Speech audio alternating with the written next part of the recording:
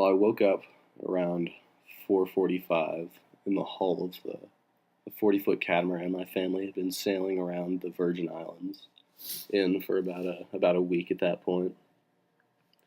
We were moored up in a cove in the northeast by Virgin Gorda, and it's just so beautiful there. It was a bit choppy that morning.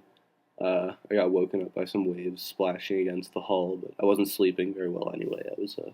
I was just far too excited for the bone fishing I was going to be doing that day. The captain of our flotilla, the group of other catamarans that we sailed out of Tortola with, he told me that there was a flat near where we were moored that held tons of massive bonefish, and I was not aware that the Virgin Islands was a big bonefish destination, but I think it's a very closely guarded secret that I'm giving away right now. So I woke up, 4:45. I went to the top of the deck and started eating some breakfast and tying my leader together, getting my flies in order, getting all my gear, loading up the dinghy, and at first light, when it crested Virgin Gorda, I got in the dinghy and made the run over to the flat, which is maybe a mile away.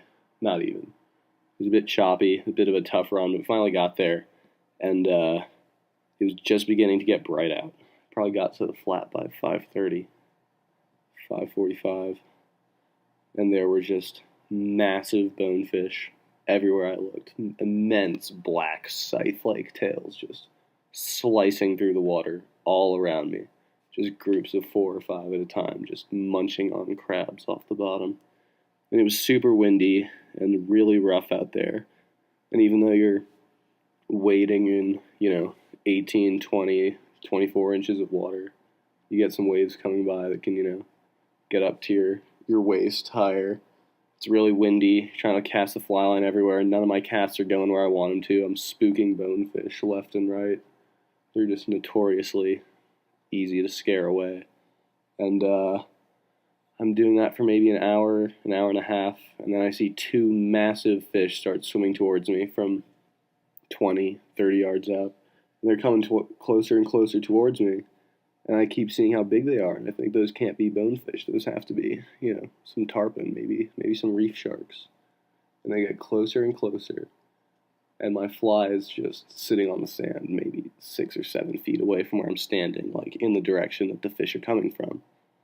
And they get closer and closer until they're right over my fly, and I see they are the biggest bonefish I've ever heard of in my life. One of them's a bit bigger than the other one, probably 15, 16-pound bonefish. The world record's 19, so that is a very, very big fish. And my fly is just sitting on the sand, and just the bigger one comes up and just sniffs at it, and I feel a slight tug. I set the hook, and the next thing I know, half a second later, that fish is 20 yards away, screaming line off my reel. Bonefish can swim 27 miles an hour, which is almost half a mile a minute, so that's how fast my line is leaving the reel at this point. And it just goes and goes and goes, and I can't stop it. It pulled out probably about 250 yards of line in a couple minutes. I had to start sprinting after it on the flat, which is pretty dangerous. I almost stepped on a stingray.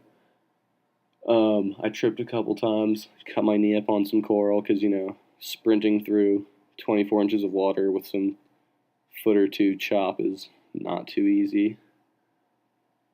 It got me almost all the way down to the bottom of my spool. It would have broken me off, but I just managed to get a little bit of the line back by running after it. And then it got to the edge of this very tiny flat. And off the edge of the flat, it gets pretty deep pretty quickly, and it leads to this rocky reef. And you would far rather fight the bonefish on the flat where it can't get deep and dig down. So I tried pulling it to the left to keep it on the flat because it was about to go into the reef and break me off. And it works. I put enough pressure on it, and I got it to turn its head for the first time, and I was gaining a bunch of line on this fish for a while.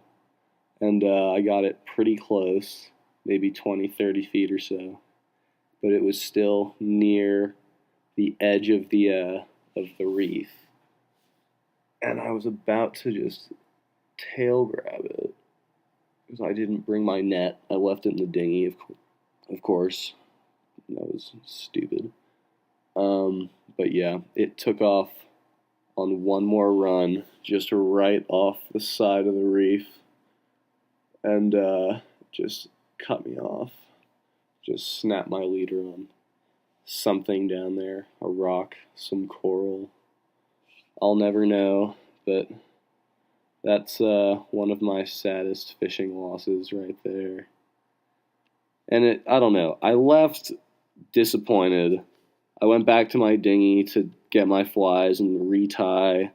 And as I was there, my walkie-talkie went off, and it was my parents from the boat saying that the flotilla was leaving, and we had to up anchor and get out of Virgin Gorda and go sail to the next location. So I was pretty upset that I missed the one opportunity I had to get the bonefish. I'm never going to be back there again, I don't think, which is upsetting. But at the same time, I'm very glad I got to experience what fighting a bonefish is like, especially one that's so immense. It was great. And that's kind of why I love fishing. You can be no, I'm not saying that I am. I'm not that great at it at all, but even the best fishermen in the world, like if you do everything absolutely right and you cross every T and dot every I, there's just a factor of randomness. There's just a huge element of fishing that is out of your control, and because it involves the spontaneous behavior of another organism. But yeah, the fish can do anything at any moment. You never know. And that's why I love fishing so much. You can do everything absolutely right and have nothing to show for it. Or you can do a bunch of stuff wrong and have some stuff to show for it. Fishing, it's got some luck to it.